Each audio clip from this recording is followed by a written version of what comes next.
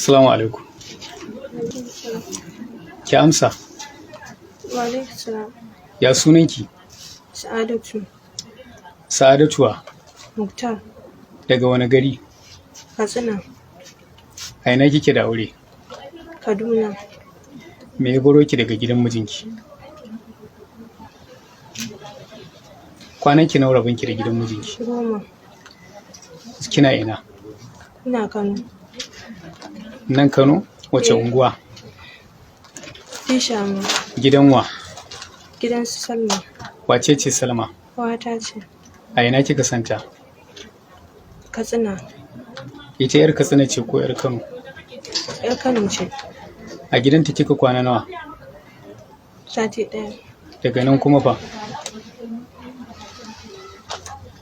Dawo ɗan bani. Kika kwana biyu a Ɗanbare, a ina a Ɗanbaren? Layin Wafa. Wani guri a layin Wafan? Ya sunan gurin da kuke? Nurain. Menene Nurain? Hotel ne. Bayan nan kuma fa? Sabon Gari. Wani guri a Sabon Gari? Bama Road. Kafin wannan lokacin ba haka labarin ke yake ba. Akwai wani hoto da kika tura ko kuma wani sako da kika tura cewar an kama ki, kidnappers sun kama ki.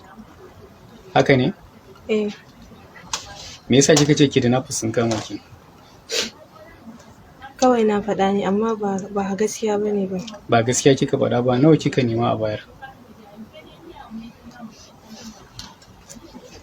Miliyan 30 amma ba kuɗin za a bada ba. Miliyan 30 aka nema a bayar. Wa ake son ya bada kuɗin? Shi mijina. Mijinki ake son ya bada naira miliyan 30. Su waɗannan mutanen da aka shirya da su a ina aka same su?